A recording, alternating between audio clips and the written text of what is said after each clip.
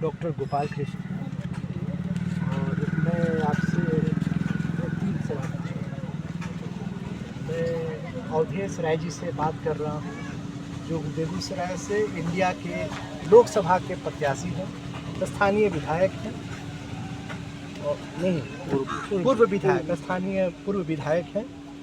तो ये जो चुनाव का संदर्भ है इसी में, और जो राजनीति है उसके संदर्भ में आपके हिसाब से दुष्प्रचार, फर्जी खबर, अफवाह आधारित राजनीतिक कार्य क्या है?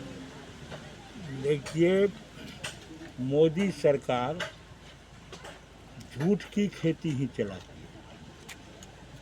वो अफवाह फैला के लोगों में फूट और बांटने का लगातार प्रयत्न करती है और उसी के जरिए वो अपना सत्ता कैसे सुरक्षित रहे इसका उपाय ढूंढती है। इसके लिए एक उदाहरण नहीं, 2014 में उसने जो वादा किया रोजगार के संबंध में, महंगाई के संबंध में, करप्शन के संबंध में, उसमें से एक भी वादा पूरा नहीं किया। उल्टे जो घोटाला की चर्चा वो करता था, अफवाह फैलाता था कांग्रेस के रेजिम के बारे में, आज की तारीख में दुनिया का सबसे बड़ा घोटाला इलेक्ट्रॉन घोटाला कहा गया और जिसमें सीधे तौर पर मोदी जी शामिल हैं, उनका कारपोरेट घराना शामिल है। इसलिए वो जो कुछ कहे, महंगाई की हालत ये है कि 400 रुपये सिलेंडर आज 1200 रुपये में मिल रहा है। रोजगार 2 करोड़ की जगह पर एक नौजवान को रोजगार नहीं मिल रहा है। इसलिए वो खेती ही करते हैं झूठ की और अफवाह फैलाते हैं हिंदू मुसलमान की। जब सीमा पर 2019 का चुनाव आया तो प्रायोजित तरीके से हमारे जवानों की हत्या करवाई गई और उस हत्या को भंजाया गया पाकिस्तान और हिंदुस्तान। हिंदू मुसलमान इसलिए वो करते हैं कि उनको बहुसंख्यक हिंदू भावनात्मक रूप में उनका वोट पा सके।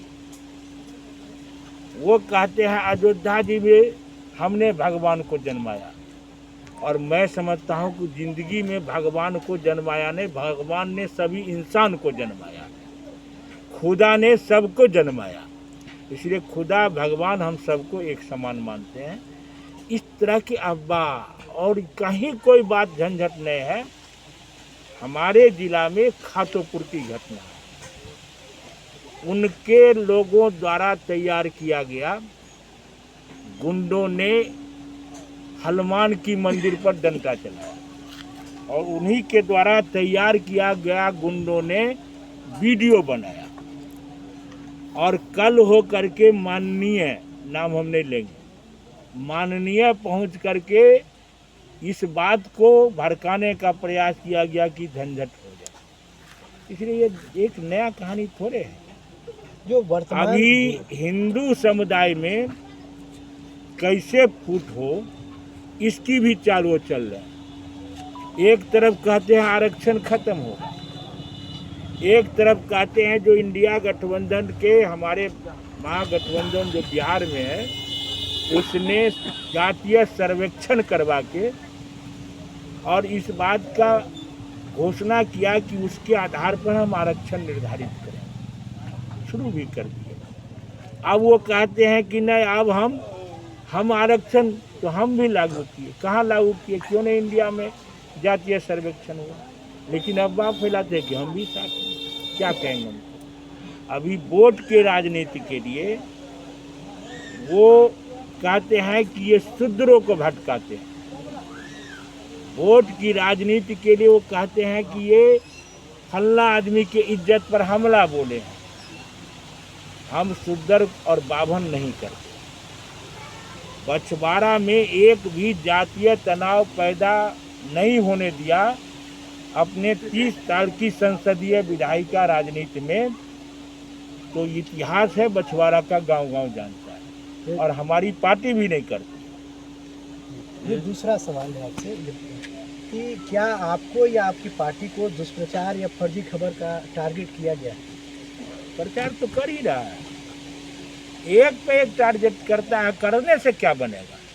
जिसको बुझ गया कि झूठे बोलने वाला है, उसकी बात को मानने वाला कौन है?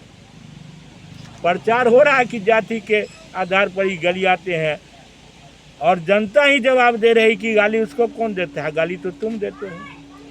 अपने पार्टी के जो उनके नेता और कार्यकर्ता हैं, जब वह सच बोलता है तो उसको भी कहता है कि तुम लुच्चा हो, तुम माधरचोद हो, तुम बाल हो। वो हमको क्या उपमा देगा? इसलिए ये कहने वाले कोई कहीं से कोई प्रश्न नहीं उठाता है, क्योंकि नागट हो चुके हैं। आप सिर्फ मोदी के नाम पर वोट मांगते हैं। मोदी जी का 10 साल का अनुभव देश के लोगों को है, इसलिए पूरे हिंदुस्तान में एक नया माहौल खिला हुआ है। मोदी हटाओ, देश बचाओ। आखिरी सवाल कि ये जो दुष्प्रचार है, अफवाह है, फर्जी खबर है, इसके रोकथाम के लिए जब आप सरकार में आएंगे तो क्या नीतिगत रोकथाम की कार्रवाई कर सकते हैं? देखिए, हम अमन पसंद रखने वाले लोगों की जमात इंडिया में, हम सभी धर्म की आदर करते हैं, हम सभी जातियों को सम्मान देते हैं, और इसलिए हम उसमें ऐसी व्यवस्था करेंगे कि अभी तक जो गुमराह किया गया, मंदिर मस्जिद के नाम पर वोट लिया गया, हिंदू मुसलमान किया गया, अगरा पिछड़ा और शुद्धर बाभन करके राजनीति में समाज को बांटा गया, इस पर सख्ती से कार्रवाई करेंगे। जो लोग इस तरह की राजनीति करके समाज को बांट रहा है, नफरत फैला रहा है, उनको बख्शा नहीं जाएगा।